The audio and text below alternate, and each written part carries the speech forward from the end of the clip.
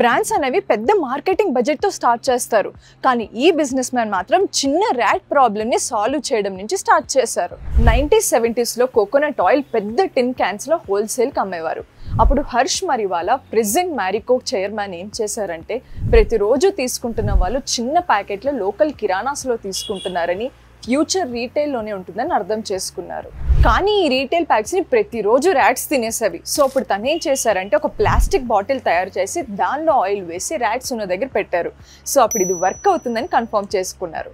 ఇదే 93,000+ crore brand Marico start. Parachute ఆయిల్కి ఈరోజు 54% మార్కెట్ షేర్ ఉంది.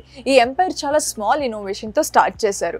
కోకోనట్ ఆయిల్ ఓన్లీ హెయిర్కే కాదు, ఇది ఎడిబుల్ కూడా అని చెప్పి 18% GST హెయిర్ ఆయిల్స్ వాటికి ఉంటుందని చాలా స్మార్ట్గా ఇది ఎడిబుల్ ఆయిల్ అని బ్రాండ్ చేసి 5% GST పే చేస్తున్నారు. మీరు ఏ స్టోరీ నెక్స్ట్ విద్దాం అనుకుంటున్నారో కమెంట్ సెక్షన్లో కమెంట్ చేయండి. ఇక గ్రో తెలుగుని ఫాలో అవ్వండి.